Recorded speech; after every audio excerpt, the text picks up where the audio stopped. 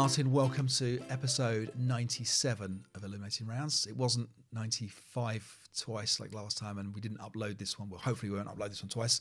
How you doing? Burnt out. Yeah, just been burnt out. I've been scraping the toilet to get it clean. All the little bits of stick there and stuff. I've been doing both toilets. I've done the bath. I've done the kitchen. Utterly burned out with cleaning. So luckily, not with ASL. Tell me again how you clean your toilet. Well, do you know when you get the build up of calcium? Was it calcium deposits? Yeah, let's say that's yeah. Calcium? Right. So I've got this stuff. You spray on it, and it goes like sort of soft for a little while. But you have to like get like a spoon or a knife or something in the same metal to kind of like scrape it off. Got gloves that go up to here because like I don't want to go near that stuff. But anyway, what do you do with clean? It's sparkling. I mean, you'd eat your dinner off it. Not so sure. What do you do about next time you come over? Yeah, we'll do it just to prove I'm right. You won't be ill. I was going to ask, where do you put your poo knife? And for those, do you know this story, the poo knife story? I don't know the poo knife story, but I will just say I don't put it back in the cutlery drawer with the.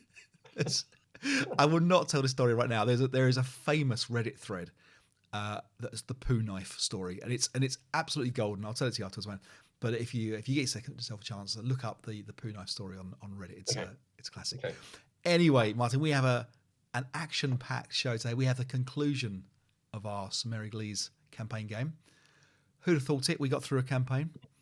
Well done, you. That's you don't want any more congratulations than that. That's okay. So we have some new patrons to thank: Jeffrey Martin and Benoit. Good surname, yeah. Benoit, yeah. Benoit Ray as well. Thank you very much, guys, for your support. Of course, if you'd like to be part of the tournament, please let us know. The current tournament entries we have: Paul Legg, Andy Bagley, Tom Rapetti, Doug Leslie, Steve Slump.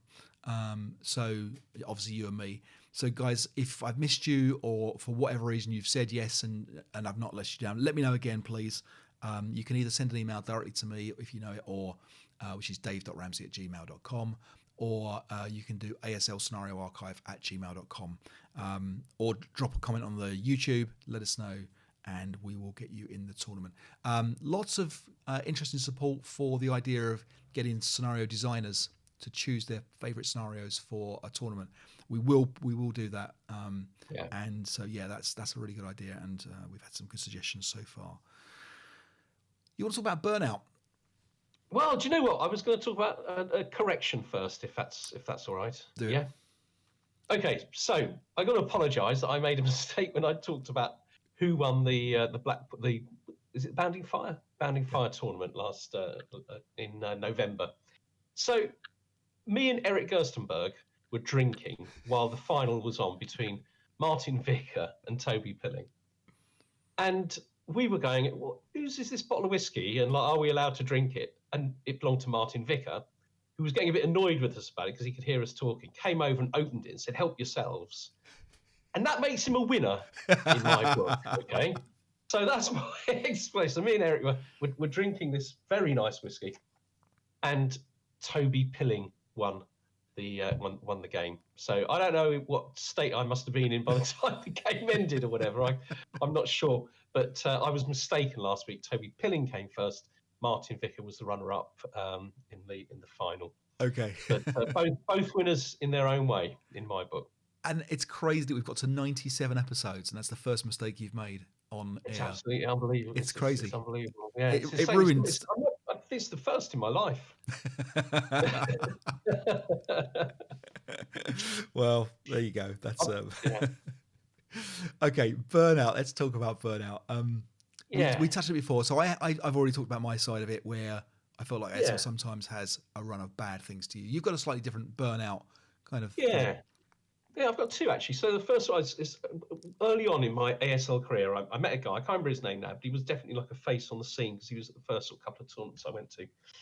And he had a different type of burnout altogether. So he basically, like lots of us, really, really liked the hobby, really got into it.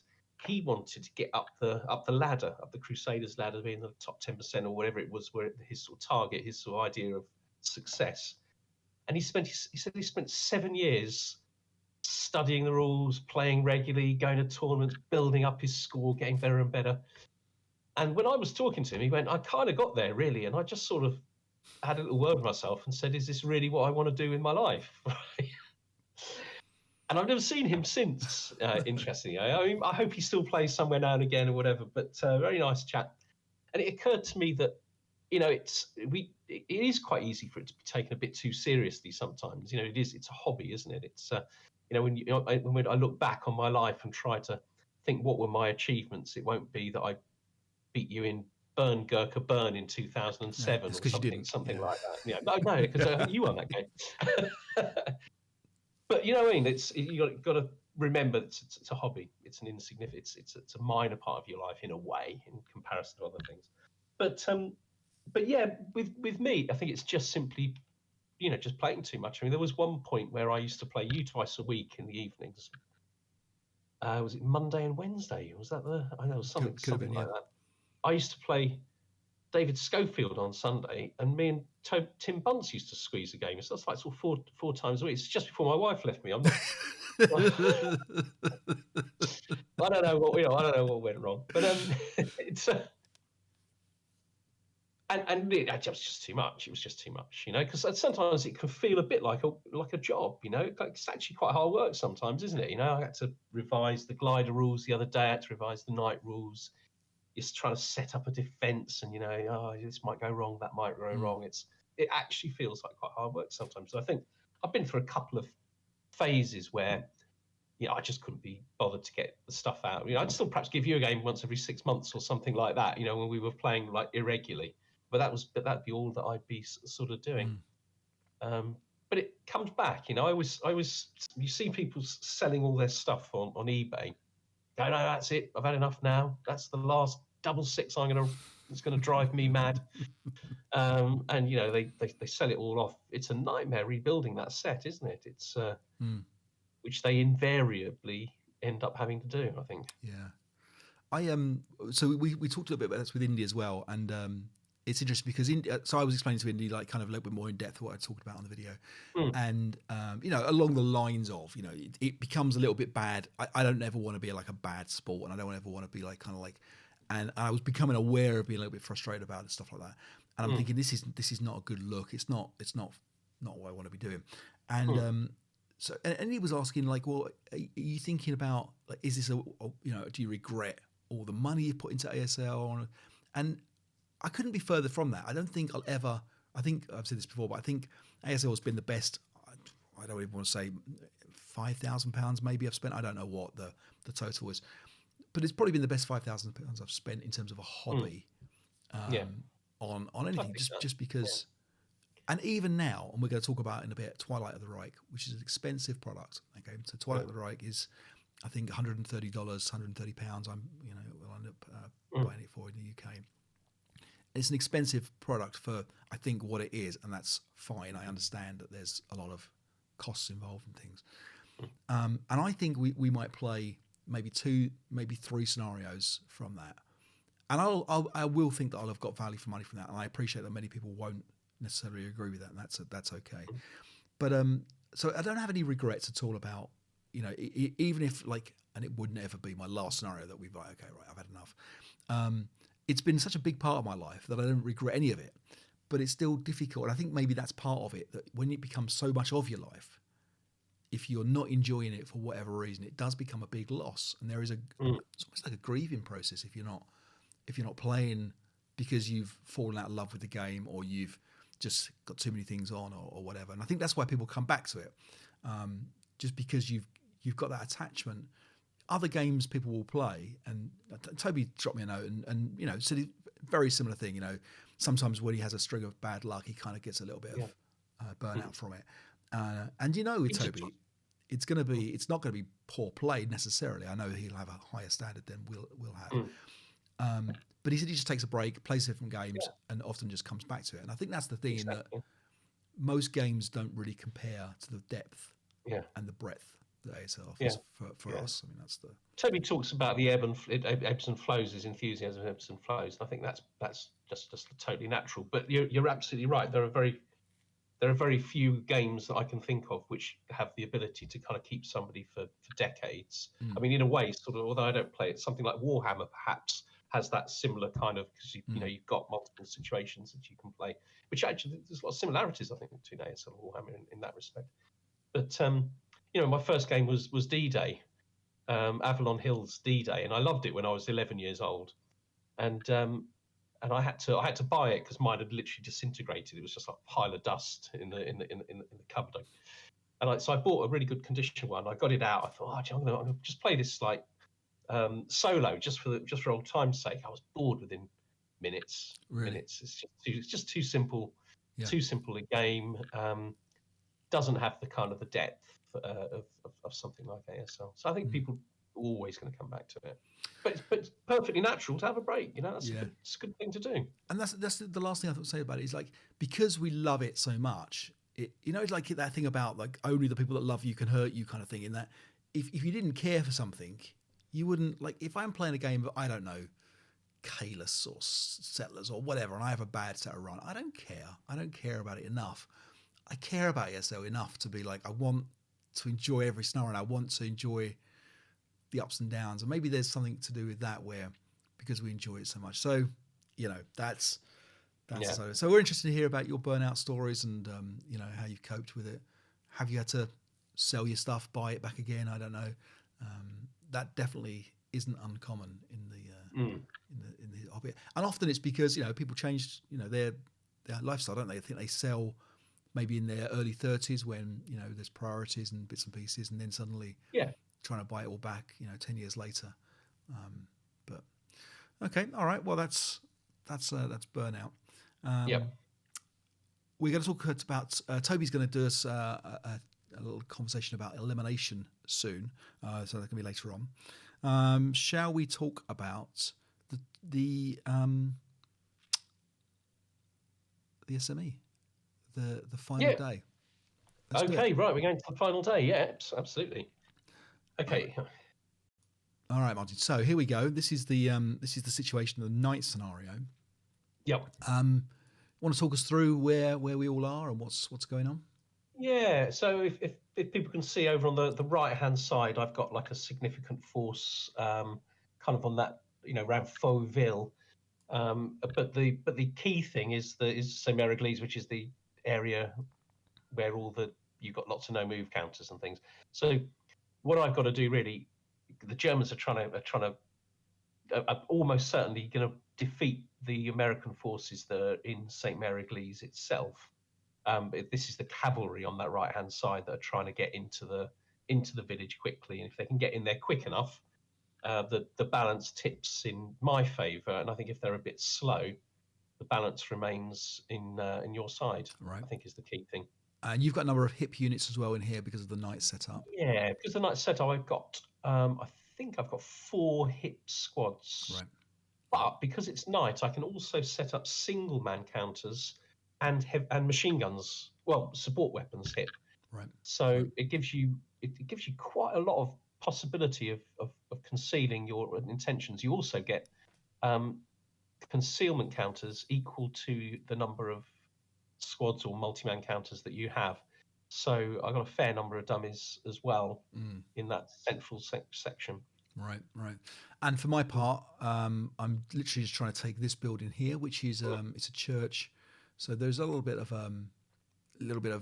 gamesmanship that will go on, I would imagine, in that steeple if we're not careful. And because there are 5 locations in that building, so it's possible to kind of slow down the person trying to take it. But I'm hopeful, you know, because I'm sort of thinking I've got a significant advantage of you in 1-to-1 close combat, 7 versus 6.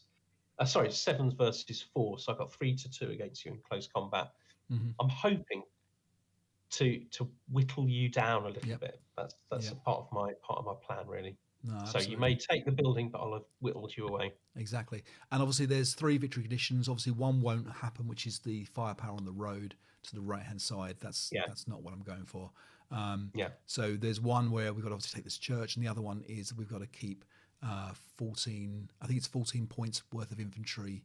And it doesn't have to be broken or unbroken within 5 hexes of the depression in here. So that's kind of it's 14 CVP more than the Americans. Right. If you have 14 CVP more than the Americans, and I think we calculated at this point, and if all of my units were in St. Mary-Glees and all of your units were in St. Mary-Glees, you would have 12 more than me. Right. So that would be an American victory. Right. All right. So we start the scenario with the ongoing saga trying to get this OBA down. This OBA has been dancing around this whole scenario for the first date, the second date, and now the third date with no luck. We have some bits to do. Oh, now I should put on the night's overlay. Yeah. To give people a little bit of an idea of what's that's going on, because you'll see so although we get a darker view, you'll see the star shells and bits and pieces that end up going on. So you had done a good job of reading up on the rules. I think the thing to recognise is it's always, let me just stop that floating around. The thing to do is always to use Bring on the Night, isn't it? The Bring on the Night JRV's brilliant. Yeah. It's such a good article. It just pretty much covers everything, and it's very easy to read. Yeah. How when we start off with a night scenario, how often do we like, oh my goodness, it's going to be a bit awkward to learn all these rules again, and we get them back out again, and it always boils down to fairly straightforward, doesn't it? It's never quite as complex as we think. No, exactly. And you know, I think night works so much better on Vassal because you've got that night shade. Yeah. Trying to remember what's illuminated on a traditional board is difficult. Yes, that's very true. And also things like the blazes automatically prep fire counters. I think there's one thing we got wrong, which was the route rules. We might have got that wrong to start with, which is you only ever route one hex. Yeah, we get it right later, but we get it wrong at the beginning. Yeah. Took out your tank. I was worried about that Marder. Yep, straight away. Slowing me down. Yeah. Yep, straight away. That one's gone, and some star shells coming in, and I'm withdrawing out the way. The main kind of stuff. It's just worth saying that I've got a sniper of 7 and you've got a sniper of 5 because the night that sniper with 7 was pretty horrendous. So I'm finding lots of dummies right now. Yeah. And it's just like the slow march in, really. This is compared to the way in through the bocage. This is almost the easy bit now. You've got these stone buildings and stuff. It's to help cover your advance, haven't you? Exactly.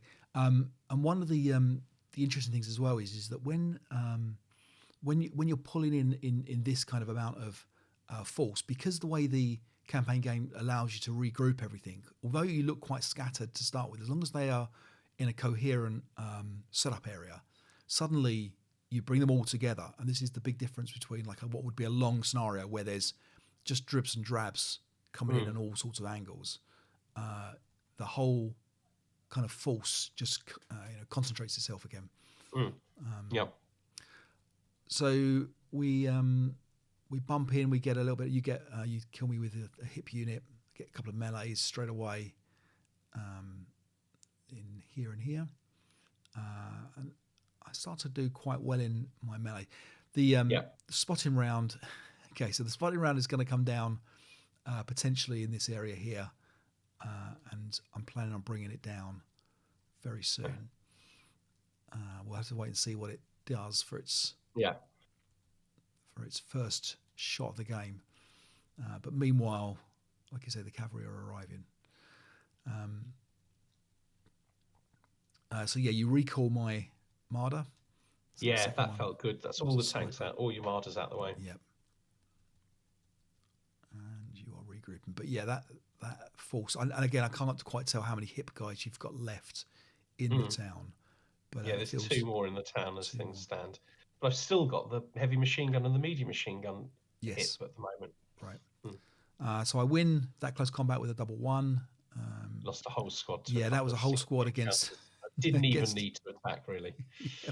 A wounded leader and a wounded hero that had been retained. I wanted to get rid of the hero, basically. Yeah.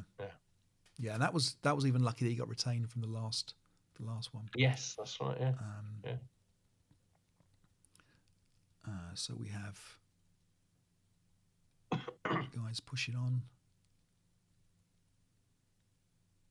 So I'm feeling a little bit under pressure here. I've already lost a couple of squads. Yep. I've got 2 squads hip, which are not in great positions for defending the church. Right. So I'm going to have to reveal them at some point. Yep.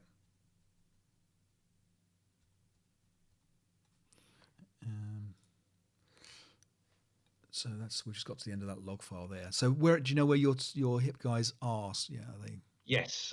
So one is in BB11 and the other one's adjacent in CC12. Can you read? I can't because my right clicks are off at the moment. But okay. But here and here. Yeah, that doesn't. We're not seeing that. But no. Anyway. So sorry, where are they? I'll try and show. Here and here. No, we don't see that. Okay, so if I I'll put a wall advantage counter where they are. Oh, here, right, okay. And here. Oh, right. And the idea really is to get in and win this building, but I'm beginning to realise I'm becoming too weak over there. Sorry, in the church. Right. Yeah. But I wanted to kind of use them to surprise you and get that building. Yep. Yeah.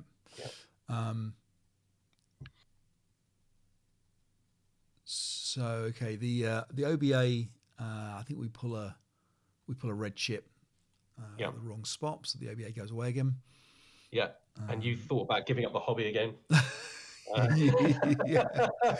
I mean, it was 3 scenarios at this point that I can't get this OBA down. It's 100mm. I'm 2 hexes. In some ways, it's good in a campaign game, though, isn't it? Because it means you get it in the next state. Yes. Yeah. That's right.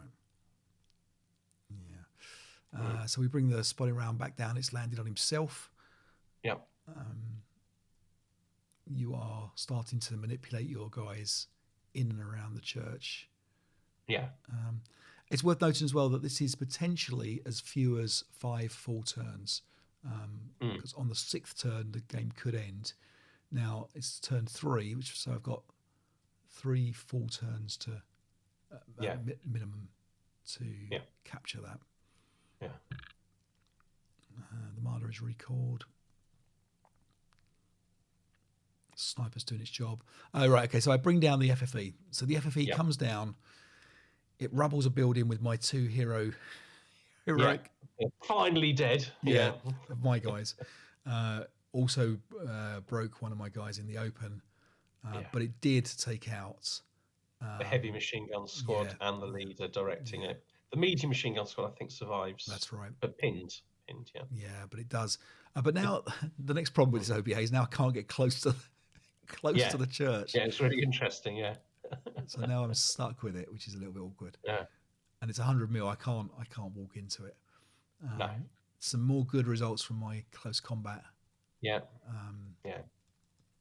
Definitely had the close combat dice working for me. If you could take one set of dice, I think we've talked about this before, would you have great rally dice, great shooting dice, great close combat dice? I don't know whether we've ever talked about that before. To hit or to kills. Do you know what? I think I might go close combat because it settles it, doesn't it? You know, that's it, right? They're out of the way, move on, next job. Exactly. Yeah. Whereas everything else is not. Yeah. Yeah. Guys, getting into the village, I'm kind of risking tanks on the grounds that they're not relevant to the victory conditions anymore. I'm kind of thinking if you take a Panzerfaust shot, you might break yourself. Yeah. Now I think we talked about this afterwards. I think you underutilized these tanks. I think these had to be right in the center, and they've got decent machine guns, haven't they? I mean, that's the thing. Yeah. You know, you could in theory get 20 firepower adjacent. I did. It's actually harder to get them into the village because it's all narrow roads, isn't it? And in a minute, I think I'm going to put a tank on that narrow road, and it's going to end up actually blocking it. Right. There were reasons why I did what I did, but it was a mistake because I couldn't bring the other tanks through. Right. So now we are into close combat in in the church itself. You're Yeah. Oh, not yet. Sorry, not yet. Sorry, this is we're in close. No, it's the other building, isn't it? Sorry. So we're but getting. But I've got very, very little in there. I mean, I've got a dummy in the church, a 6+1 leader, Yep. an unbroken squad, and then a load of brokies. Right. And the enemy is swarming. Yes. It's worth noticing that the heroic leader on the top floor, the wounded leader, is desperately trying to get off one last OBA shot. Yeah. But meanwhile, we are getting closer to this building. Yeah. So here's where we're into the church now. Yeah, and this is when I get a bit manipulative with the rules, isn't it? I think. What do you do with the rules? Well, just on the sort of like trying to have something on every hex. I see. Yeah, and location. Yeah. So you win the first close combat for me trying to get in, and in the second set we are in on the ground floor. I've got that horrible dilemma about picking up your heavy machine gun because, as we know, if you fire a foreign machine gun at night, you generate a sniper attack, which is a great rule. It's a great rule. So it is a good rule. And I'm still kind of hoping if I can get a sniper that hits like a 9-1 leader or an 8-1 leader with a stack, it could swing things a little bit. You know, it'd be quite painful watching a whole stack go. That's exactly right. Let me just load the next continuation.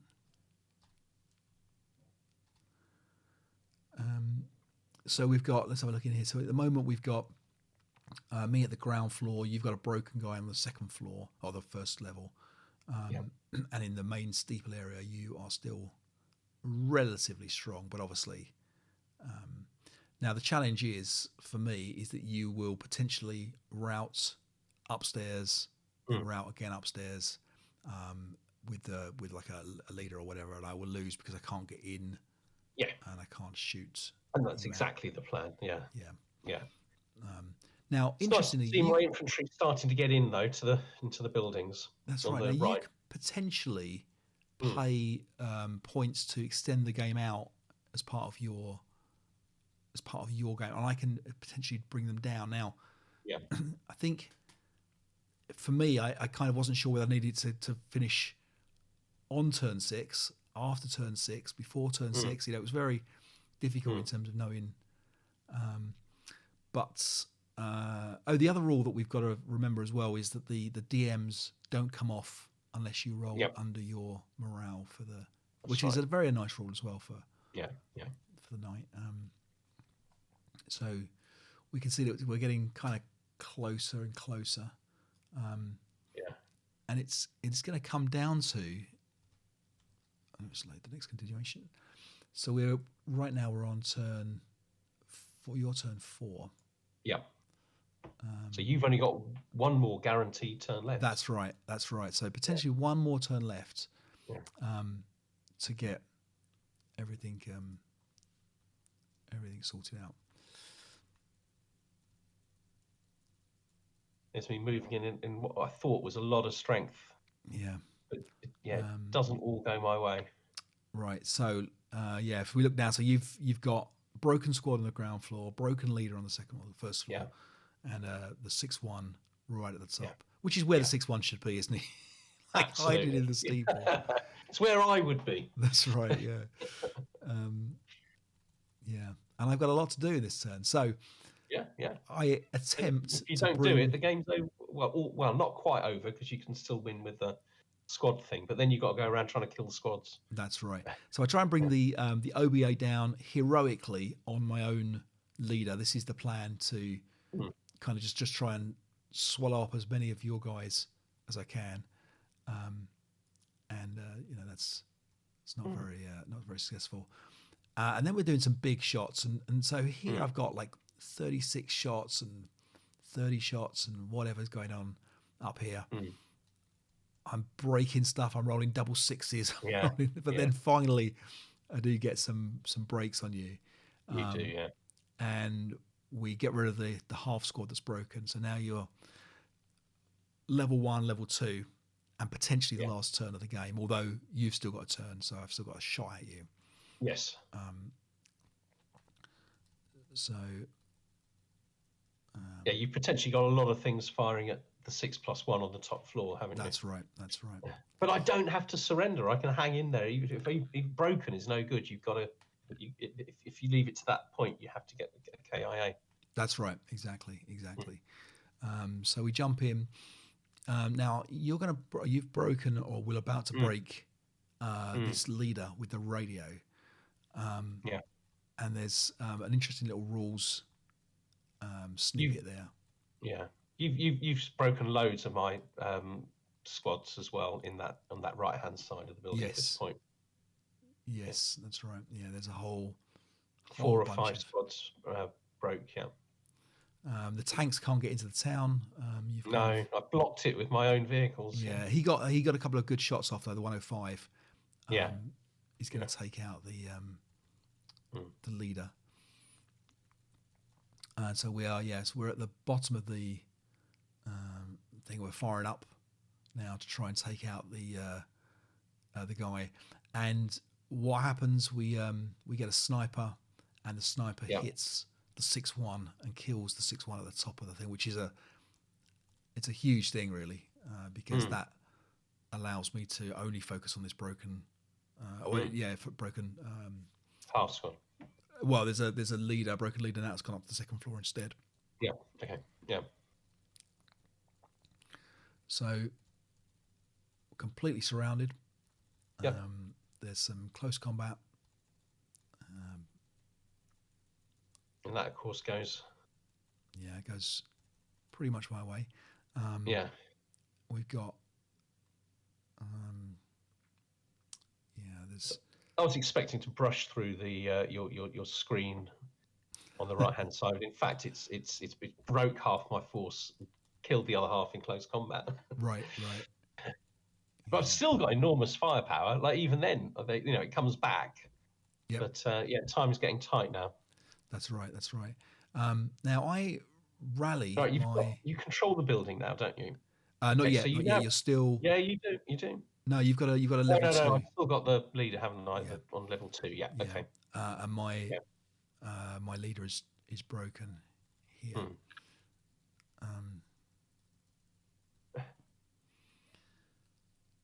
So basically what happened was he rallied, and was potentially able to bring that, even though he'd put the spotted round down and then broke. Yeah. He rallied before the next radio contact roll.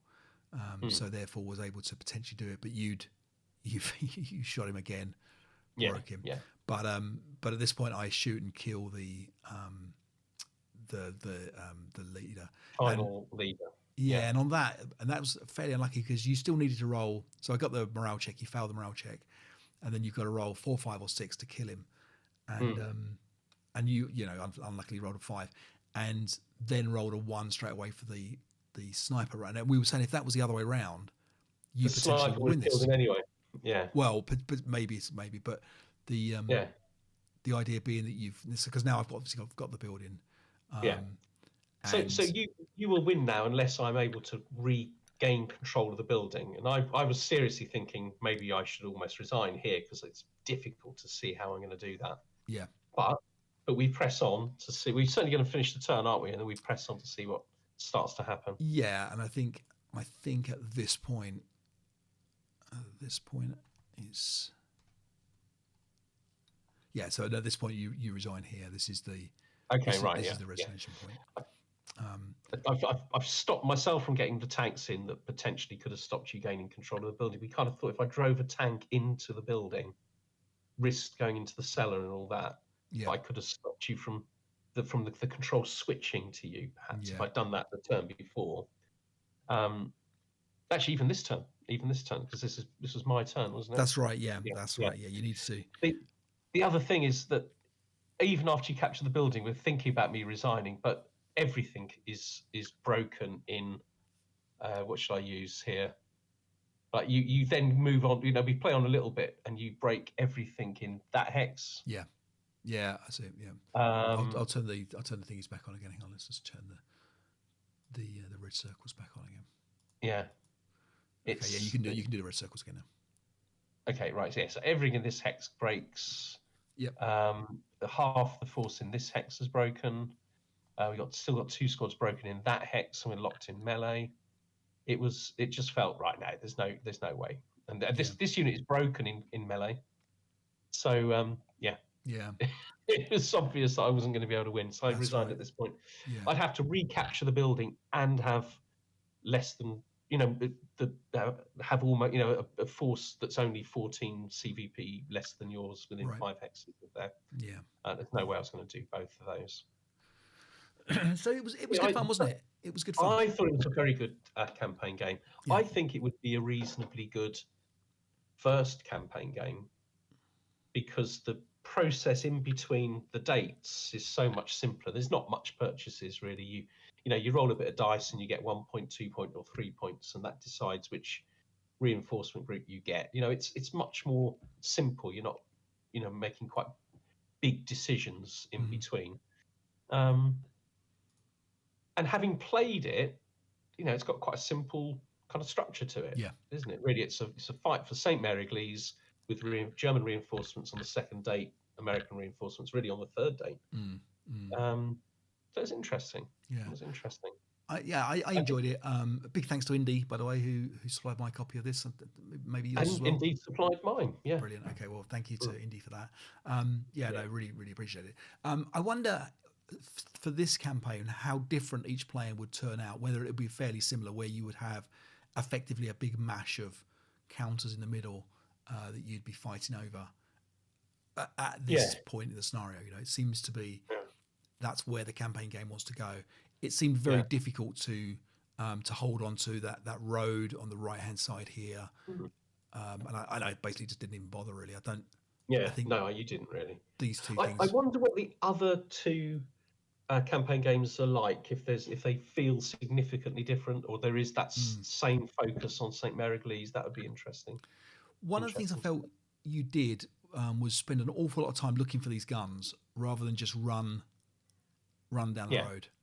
And I wonder whether or not just running down the road and finding the guns by, blundering into them, for example, would have saved a turn or two. And been just that little bit further ahead, Yeah, would have got you. May well be. I was slightly concerned because you had an anti-aircraft gun, didn't you? That's right. I was slightly concerned that could be used to fire on the gliders, so I did want to find it. Yeah. But yeah, that's fair. Yeah, I think. Well, there's different ways to find it, isn't it? I could have perhaps. The other thing is, if you want to move really, really quickly, you're going to have 3 squads together with a leader charging down a road. But I didn't want to lose 3 squads and a leader charging down a road to find out where your anti-aircraft gun was. But I think you are right. I could have made more progress. And I was kind of conscious of how difficult it was actually to kind of make the progress you want. And you've got to think in terms of strategic locations. But I think the other mistake I made perhaps was, and you said this, defending as far forward as I did. I mean, I did have a mind on being able to fall back, but I wasn't able to fall back as effectively as I hoped or planned. I felt like you were very spread out on the left-hand side. So I think at the start of the last scenario, you were quite spread out on this thing here, and it meant that although I was also spread out in my attack, it meant that I kind of was able to take you on in small packets and small pockets around various strong points, which meant that I didn't struggle on big strong points where I couldn't get past you for a long time.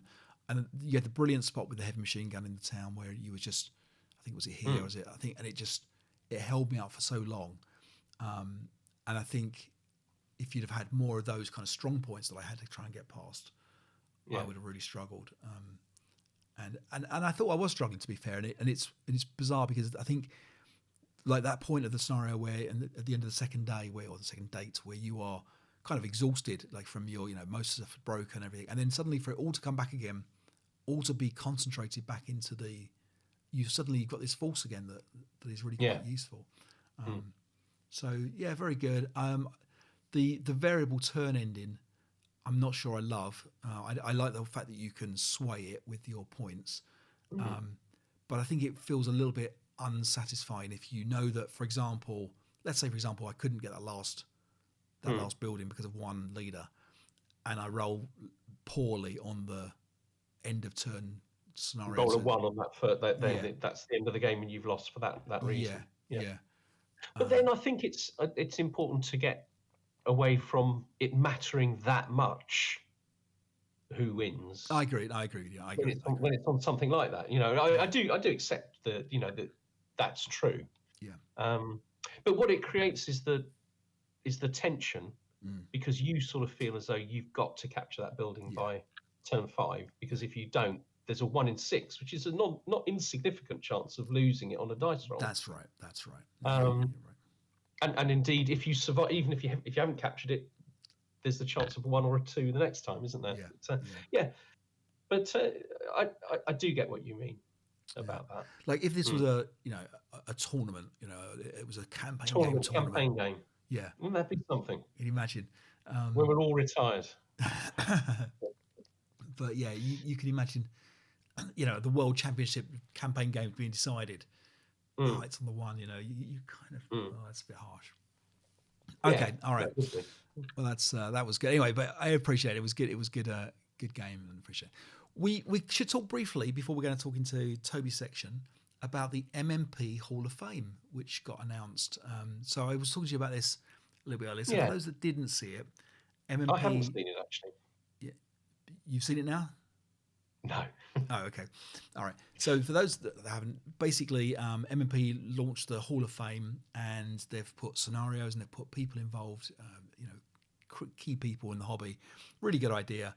And the first 2 scenarios, and you actually, to be fair, Martin, you guessed the second scenario. I said to you, Guards Counterattack is one of them. And Hill 621 is another one. I love the idea that Hill 621 has got into the Hall of Fame because it's a historical scenario. So it's obviously not based on any one particular battle. It's based on a bunch of battles that could have happened potentially in that area in that time frame.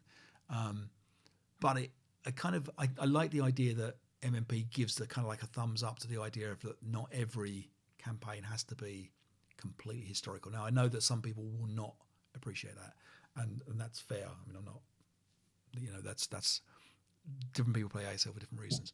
But it's interesting that they haven't become like real purists where they've said that to be a Hall of Fame scenario, there's been 4 authenticated sources, and we had to know that this scenario took place on this board. And they had some interesting choices of people, didn't they? I mean, some perhaps obvious ones, like was it Don Greenwood? And John Hill, Bob McNamara, Bob McNamara, designers, and then Perry Cock, who tirelessly works on the rules. You see, because we were talking about this yesterday, and I was thinking, like, in a sense, that's a huge, it's a really significant contribution to the hobby of getting all of the tricky questions and having to read the rule book, a little bit like the High Court. What do they have in America? They Supreme Court or whatever. Yeah, I don't know. Supreme Court. It's that kind of thing, isn't it? He's got to decide, which side. It's a bit of responsibility there, but it's not a very sexy thing, is it? It's not like he's the world champion, ASL player or anything like that. It's just does the hard graft for everybody else. I could be really disingenuous here, and I should say, no, actually, he's the guy that has to ask Klaus Maelstrom. but I'm sure that Perry knows the rules as well as Klaus does. But maybe he's the guy that's got Klaus's phone number. I don't know, but I mean, Klaus is the guy we all ask, isn't it? But it's only for adjudications that we go to Perry Cock. Yeah, exactly. Yeah, Klaus has got the. I don't doubt he'll be in there soon as well as a stalwart. Can you see Steve Plaver getting in? Can you see the strong? So on the ground that they've written, they've been sort of top players. Contributed to the hobby in terms of, I mean, you've got the Plever OBA variant, haven't you, which is now officially adopted and things like that. Does Stephen written scenarios? Probably. If only there was a website. But would you have somebody there just because they're a top player and somebody that people would have heard of and perhaps a little bit of influence? Possibly. So I think that Steve Flavor has done a couple of scenarios. The capture of Balta and the seizure of Balta, which looks slightly different, and trapped at Orphe. So I think that was him. The other Charlie Kibler as well also got into the Hall of Fame as well. He was the artist, and I think he was heavily involved in Red Barricades as well. So, but obviously his artwork is. But also our friends of the show. You've got potentially Toby for being one of the top players. We've got Tom Rapetti as well for all the work he's done on the maps and. Absolutely. Who's the Vassal guys? Rodney Kinney. Yes, that's right. Yeah, Rodney Kinney was the original guy. It's difficult to imagine anybody doing a single thing that was more impactful than Vassal. I'm sure other people could have done it. I suspect you could have done something like that. But and Doug Rimmer. We should talk about Doug. I think Doug is currently maintaining Vassal. And, I think he's one of these kind of guys that kind of goes under the radar a little bit in terms of all the work he does for Vassal. And don't obviously go back to Tom for all the maps that he does and bits and pieces. You're right. Vassal itself, in terms of the hobby, has extended the life of ASL. I think that's probably what. I wonder if Vassal hadn't been around, whether we'd all be playing on Tabletop Simulator still, or we'd be doing just Skype and boards.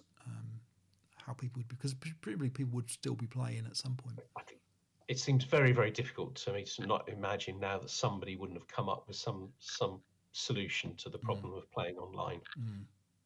I don't much like playing on boards with cameras and things like that. It just feels a bit fussy. And Vassal's so good for certain things like Night, for example, and to some extent campaign games, because you can leave it set up and come back to it and nothing will have happened to the board. There's no dust on it or anything. Right. It's good. Yeah, good stuff. All right, okay. Well, anyway, well done to the MMP for doing that. I think that's a absolutely nice idea. All right, let's listen to Toby talk about elimination. Okay, so today we're going to look at eliminating units. How to reduce your opponent's OB that's facing you. And generally speaking, it is better to eliminate units than force them to surrender to you, because you don't have to worry about the inconvenience of prisoners or having to declare no quarter or anything like that. It is generally speaking better to eliminate than capture. And there's two main ways to eliminate units in the rout phase. You have to force them to rout, normally by having a unit adjacent to them, and then you force it to rout, and then it is eliminated because it has no legal rout paths, and that is normally because it would be forced to rout towards another one of your units or adjacent to one. So what's the best way to do this? Well, there's three things to bear in mind, I would say. First of all, in the preparation part, is to encircle. I know I always say encircle, but get used to get doing it more. You're going to be breaking units. It's easy to break these units, isn't it? If their morale level's gone down, if they're not as effective at breaking your units, and if they're less able to skulk with assault moving because they're encircled. Secondly, AFVs, as I've said with encircling, AFV is very good at encircling. They're also the best troops to get adjacent to those enemy units, and quite possibly it is the encircling shot from the AFV that breaks the unit that is then adjacent to the enemy vehicle that just encircled it and broke it. And that what you want to try to do is to the tank, your tank is behind your enemy, adjacent to them, and the troops that are actually forcing it to be eliminated are your advancing infantry, in your front line.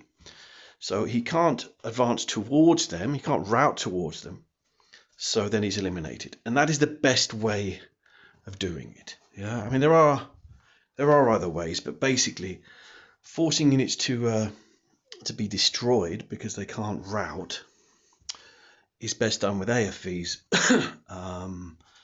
with the AFV being the unit that is the adjacent one. And as I say, normally it's the one behind them, forcing them to route towards your infantry. And the other good thing about doing it with AFVs, that's why they're the best thing to do it with, is obviously they're fast. Another reason you don't want to prep your vehicles is because you suddenly someone gets broken on the enemy side, and then you can dash the vehicle behind them adjacent, forcing them to route, hopefully, and then you can spread your infantry out and make sure those units are destroyed. So there is an aspect of having to think ahead. It's more of a sort of chess play to start thinking, okay, so if he breaks, where can I force him to route to? Where does he have to go? And AFVs, of course, will eliminate rather than force the surrender. So that's why you want to use AFVs. And I suppose the third thing is it's a good idea to, if you've got a scenario where you can come on different board edges, then you should try to do that, come on the different board edges. And you should be eliminating a lot more enemy units for failure to route, because you're aiming to get up high with some of your little half squads and stuff that are coming on the opposite board edge, hills or level 2 buildings. Just pop guys up high levels behind the enemy, and what you'll discover now and again is that once he breaks, always keep an eye on your half squads and go, oh no, sorry, you can't route that direction. You can't route that direction. You're going towards my conscript half squad, who's up at level 2 in that stone building. And that's a good way as well. So if you can attack various different flanks, it's also another good reason to send little half squads charging off on the flanks, to be an annoyance. And as I say, especially if there's hills or high buildings where you've got some line of sight advantages, that helps you eliminate units as well. That's all I've got to say, really. I'll have a think about what to come up with next time. All right, so yeah, that's all interesting stuff. I definitely suffered from the problem of declaring no quarter in this scenario on the campaign. Yes, that's true. Because it would have been a whole lot easier to just capture those guys without kind of forcing them to rout all the time. And debatably, you had enough forces, you could easily have had a half squad conscript guarding prisoners. It wouldn't have been too big a loss to you. That's right. I think we always fall into the trap of just thinking about eliminating guys as being just shoot until they stop. Until they stop passing morale checks. And there's always the risk then of them, double one-in, coming back. Yeah. We'll have to have a competition who can eliminate the most without shooting at them. That'll be our next perhaps in our next game. Yeah. Talking about our next game, we're going to be playing One Story Town. I know that a few of you have sent log files, so thank you for that. We've got a featured part from Tumo and Tom Rapetti. Yeah. So we're not going to look at any of this because we're going to play it ourselves, aren't we? Next week. You've opted for the Russians. Yes. Volunteered. Yeah. So we're because those Finns are a pushover. They're no trouble handling them Finns. I wouldn't say that at the start of every turn and see how it goes. I haven't looked at the scenario yet, but yeah, I don't even know if the Russians are defending or attacking. I suspect defending for some reason, but we'll see. Yeah, we'll have a look. And the last thing I want to talk about was Twilight of the Reich. You are getting a copy, I think, over. Indy's getting it for me, and I'm going to see him in the summer. Yeah. So I have to wait. Yeah, but it's worth it with the exorbitant costs of getting things sent over from North America now. But I think MMP won't send them, will they? I could, of course, buy it from a UK supplier. Yeah. So the interesting thing about this is, I don't know if you've seen, so there's 49 overlays that come through. That's right. And they are, as you've put it, like it's a train hobbies enthusiasts. It's all kinds of... I remember as a kid building train sets with my son. Yeah. and I think you could now do this with ASL. It's 17 scenarios, which is great. Very, very good. 49 overlays. It's got the extra rules. I'm not. The rules give me a bit of a anxiety because I can't put them into this. I've got in my non-pocketbook rulebook. I've got one of these, and I've got every page except one. I have one spare page, or maybe 2 pages, free at the end of the book. So I can't fit in very many more pages. So isn't it? Do they update the electronic rulebook? I'm hoping so. Yeah. Presumably, Yeah. but obviously it doesn't update your your handbook kind of thing. That's right. Yeah. That's not Where is that? Nicely done. This one, yeah. But we're also getting 4 double-wide boards, and this is like heavy industrial kind of, I think, city heavy industrial boards, and 1 box and 1 lid. I mean, I was on the fence until I got to the bottom of the list of components. They always put 1 box, 1 lid on MMP, don't they? And I think it's a big box. They should, because the box and the lid is part of the package. It's not like it's just a plain box, is it? Yeah. Some effort has gone into the artwork and stuff like that. Yeah. So big box, which I'm surprised. I thought they would be on the small boxes. I thought that would be like the kind of paratrooper style box. So interesting to see they've gone with the big box. Of course we'll get it. Of course we'll be playing it, but it is expensive. Yeah, and I some interesting changes though. Like just reading through the blurb on MMP's website,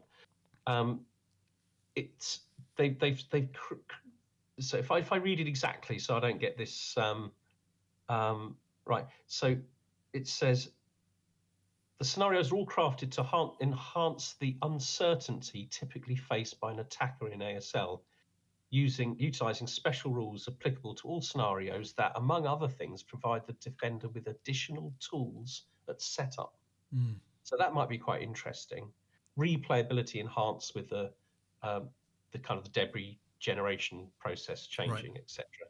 So I'd be quite interested to see what those rules are that apply to all of the scenarios played in the pack. You don't think it's roll 6 sniper direction distance rolls? Well, I suppose it is a bit like that for the debris creation, but this actually gives tools, additional tools to the defender. Yeah. So it's going to be interesting to see what that means. Yeah.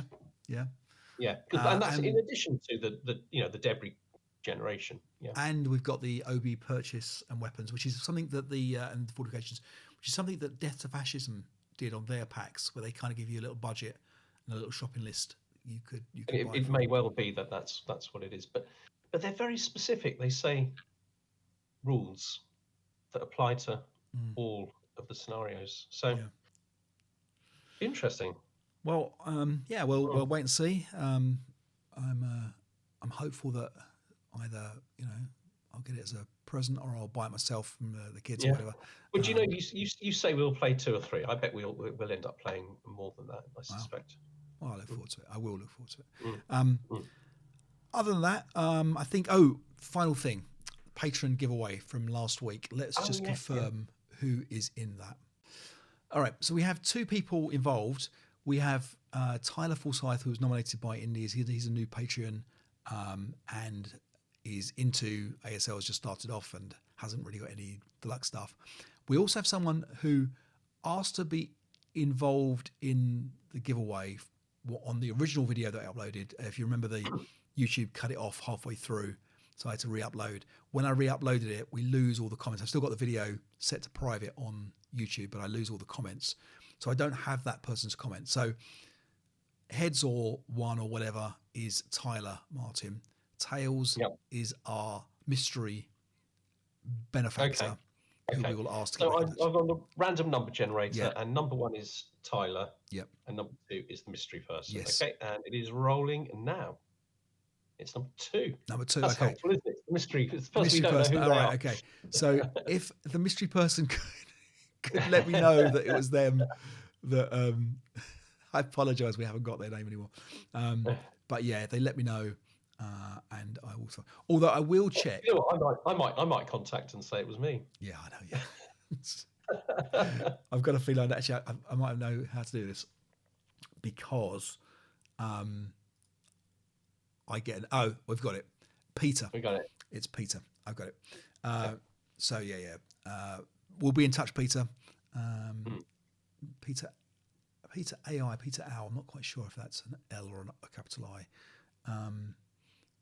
But now I need Peter to get in touch with me because I haven't got his address. Although I'll check. Yeah. I'm sure I can find him actually in the Patreon list. We'll be in touch if I can't find you. If I don't get in touch with you in the next week, Peter, let me know and we'll sort it all out. Other than that, Martin, we got through the campaign game. We got through it. Through it. Not ready yet for a bigger campaign in St. Mary Glees, but maybe another time. But at some point in the future, I think so. Yeah, because the others are bigger, I think, aren't they? That's the key thing to remember. Yeah, exactly. Yeah. All right. If you've managed to play that campaign game, do let us know. If you've got any thoughts. Tell us how you got on. Yeah, exactly that.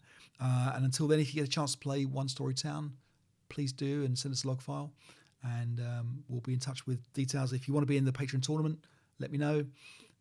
Other than that, 2 new features, really quickly. 2 new features on the Scenario Archive.